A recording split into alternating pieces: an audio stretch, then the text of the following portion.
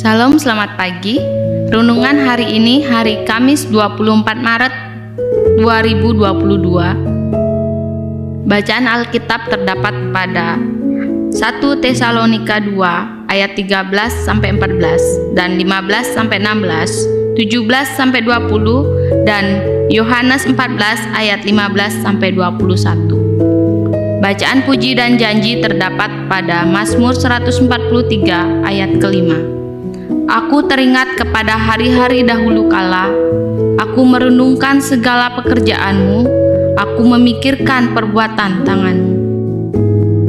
Dan Lukas 1 ayat 54-55. Maria berkata, ia menolong Israel, hambanya, karena ia mengingat rahmatnya, seperti yang dijanjikannya kepada nenek moyang kita, kepada Abraham dan keturunannya untuk selama-lamanya. Renungan hari ini diberi judul Siklus Hidup Kupu-Kupu dan Rencana Tuhan. Berbicara mengenai siklus hidup kupu-kupu memang bukan hal baru untuk kita sekalian. Akan tetapi, tahukah kita bahwa kupu-kupu merupakan salah satu hewan yang memiliki siklus kehidupan yang sangat panjang dibandingkan dengan makhluk hidup yang lainnya? Ada beberapa fase metamorfosis yang dimiliki oleh kupu-kupu sampai ia tumbuh dewasa, yaitu telur, ulat, kepompong atau pupa, kupu-kupu muda, lalu yang terakhir adalah kupu-kupu dewasa. Dalam setiap fasenya, kupu-kupu membutuhkan waktu yang cukup lama untuk melaluinya.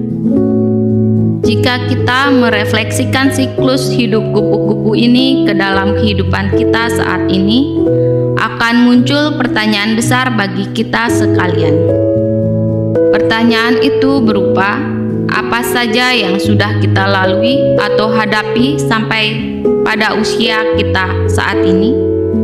Tentu banyak sekali cobaan, rintangan, kekecewaan, hingga air mata yang sudah kita lalui dan dapat dijadikan pengalaman untuk menjalani kehidupan di masa sekarang.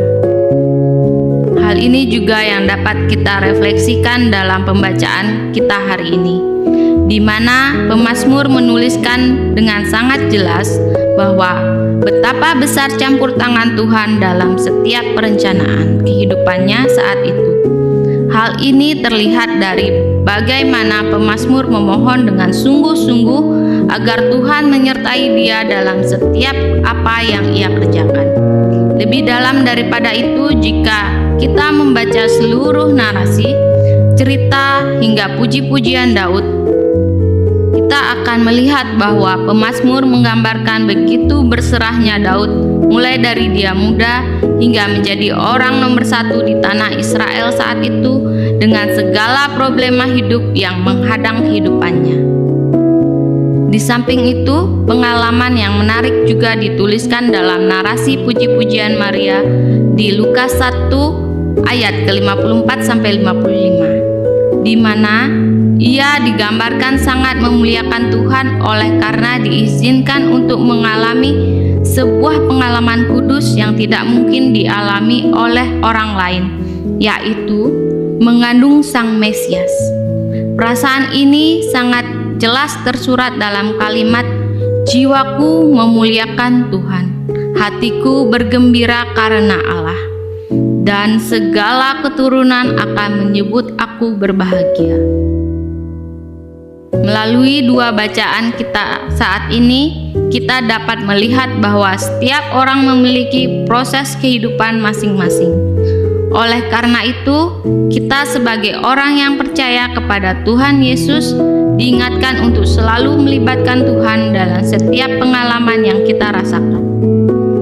Sosok Daud dan Maria dalam refleksi kita pada hari ini menjadi contoh bahwa orang-orang besar pun tidak pernah melepaskan Tuhan dalam kisah-kisah hidupnya. Lalu, yang menjadi pertanyaan refleksi bagi kita saat ini adalah, proses imam apa saja yang sudah kita lalui sehingga saat ini? Sudahkah kita bersyukur karena kita diizinkan untuk melalui semua itu dan hidup hingga saat ini? Mari kita berdoa. Mengucap syukur Tuhan karena Engkau sudah mengizinkan kami untuk menghadapi setiap proses kehidupan hingga saat ini. Ajar kami Tuhan untuk selalu mengandalkan Engkau dalam setiap langkah kehidupan kami ke depannya. Amin. Hey there. Subscribe to my channel. And also press this bell icon. Thank you.